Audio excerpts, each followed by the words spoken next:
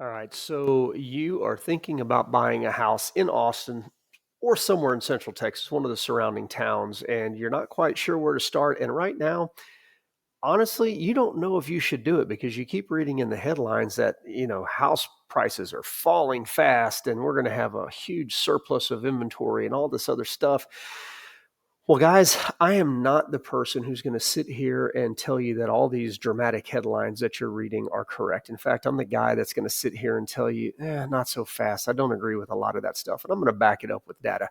Chris Pesek, Pesek Properties here, guys, in the Dripping Springs home team. And what I do on my channel is I try to educate you the best I can on actual fact driven things, whether that's housing data or things to do around Austin. Like I bring you actual facts. And that's what I'm going to do in this video today. So if that's the kind of content you're looking for, you might want to consider subscribing to my channel, but I don't expect you to do it right now. Let's take a look at what I've got for you today. And then you can decide at the end of this video if this is something that you actually want to see on a weekly basis, because that's how often I bring new content to you, about 3 times a week.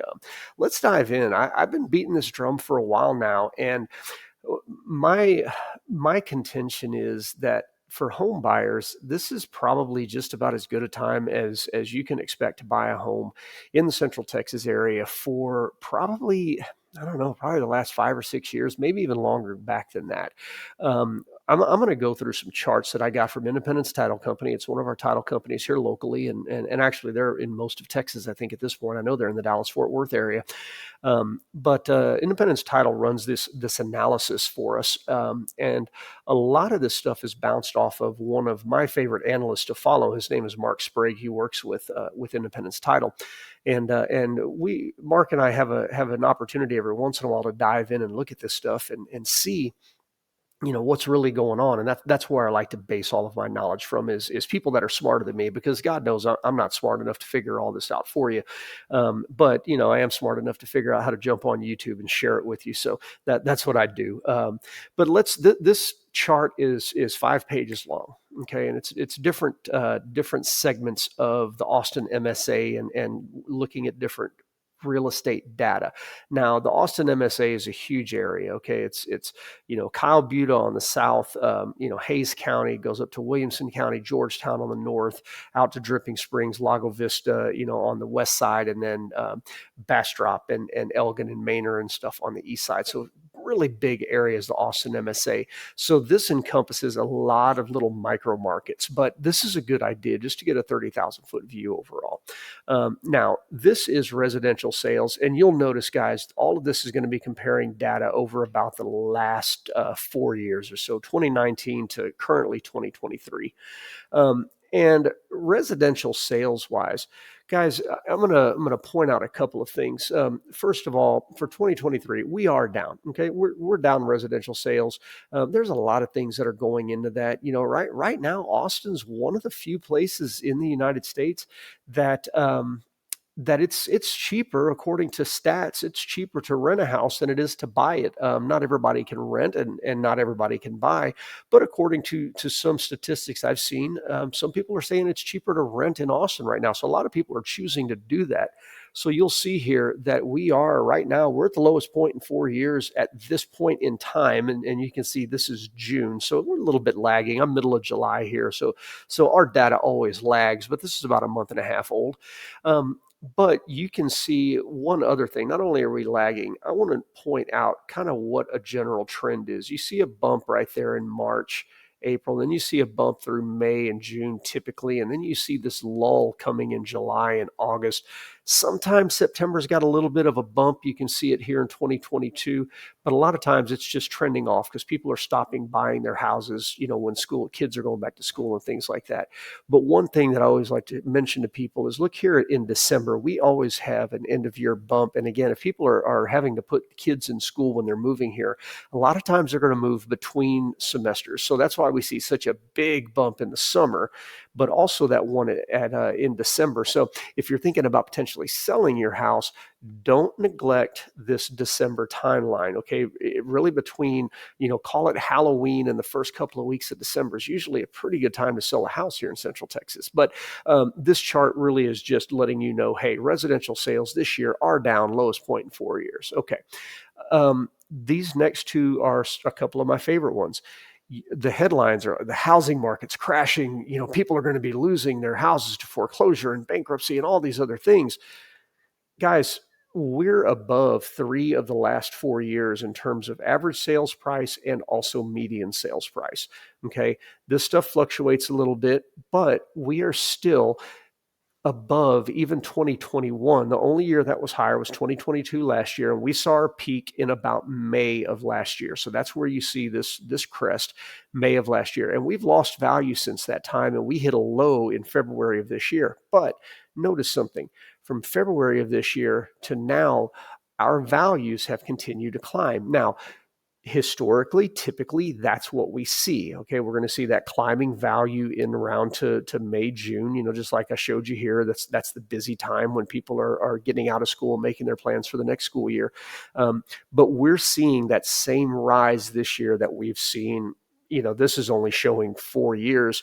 Actually, this would be the 5th year, but this rise is something that historically happens in Austin. So if you're worried about losing all of your value, don't. It's not happening. It's not bearing out in the statistics. Now, could something catastrophic happen and we could lose a lot of value? Sure, that could always happen. But in terms of data, that's not showing in the charts. Okay. And it's not just these charts. I'll show you a couple other ones here in a little bit, but the data is bearing out. We have lost value from last year, but we're not very far off from our high last year, and we are continuing to rise. I expect the July numbers to flatten out. August and September, we're going to see a little bit of a drop. It's probably going to mimic this 2022 line pretty closely. And you're going to see it the same thing here with the median sales price. The one above was average. This is median. And we're probably going to see something very similar with that median sales price mimicking 2021. Now, residential sales volume. Here's another thing, and this kind of looks like that first one because it's the closed sales. Our volume is down. It's not the lowest point it's been. It's kind of right in the middle, but we are having fewer houses sold, so the volume is down a little bit. But the reason we're not down here at the bottom somewhere is because our values have continued to climb. So not really a very interesting chart, but it's just worth pointing out that, hey, we are right in the middle because the number of closed sales has dropped, but our value has continued to climb. It hasn't fallen off the charts. So that's why we're still right in the middle. And then this last one is the months of inventory on market. So months of inventory is essentially, if you've got 120 houses and 20 of them are selling a month, then you've got technically 6 months of inventory. So that's what this chart's showing. Now, we do have a lot of inventory when you to the last 4 years. Okay. There is no doubting that. I mean, look, we're up almost at 4 months of inventory. And I say that kind of tongue in cheek because, guys, 4 months of inventory is still technically considered a little bit of a seller's market. I would say it's more of a balanced market. And that's what we're seeing right now. Balanced. Buyers are negotiating, sellers are negotiating. They're coming out with a price that both sides are happy with. That's what a market should be like. The last 4 years, 19 through 22, every analyst, every realtor, every title company that I know will tell you that this whole time they were telling people this is unsustainable. We can't keep this growth up.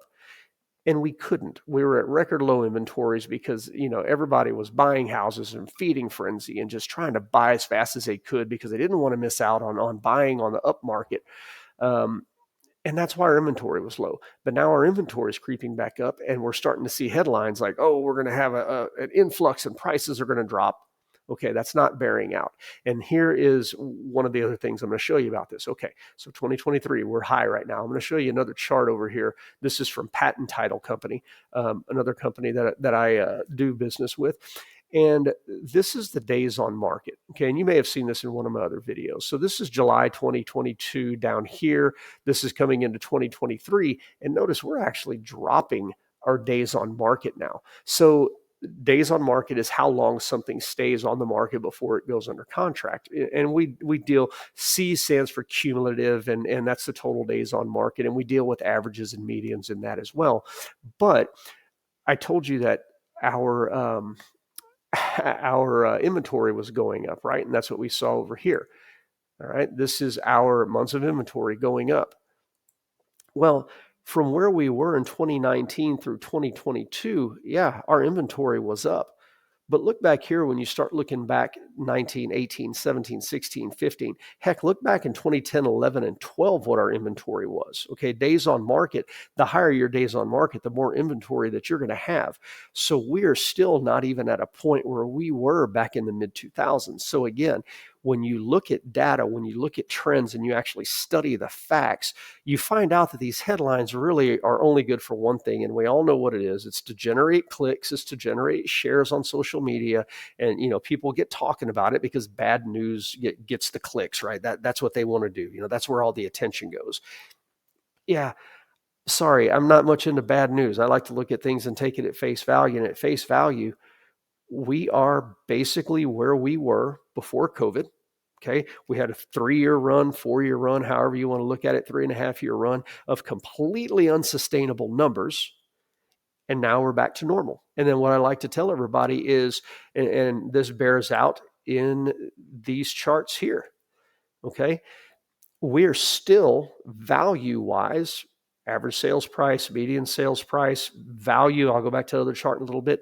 We're still ahead of where we were in 2021, 2020, and 2019.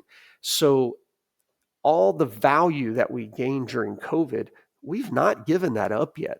We haven't given that value up. All that value is still there. The only people right now who are at risk of being upside down on their properties are ones that bought last year and, kind of through the middle of the year, call it February through August of last year. Those are the people who might be upside down a little bit. But look, if these trend lines continue, middle of next year after that, we're going to be back up and above this, just like just like people like me have been telling you. So anyway, that's your chart lesson. That is your lesson for today in real estate data and facts.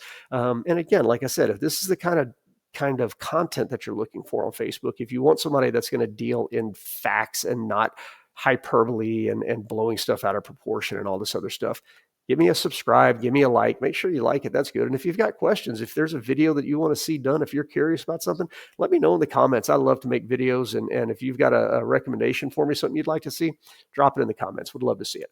All right, guys, that's it for today. Make sure you check out the rest of my channel and we'll be back soon. Thanks.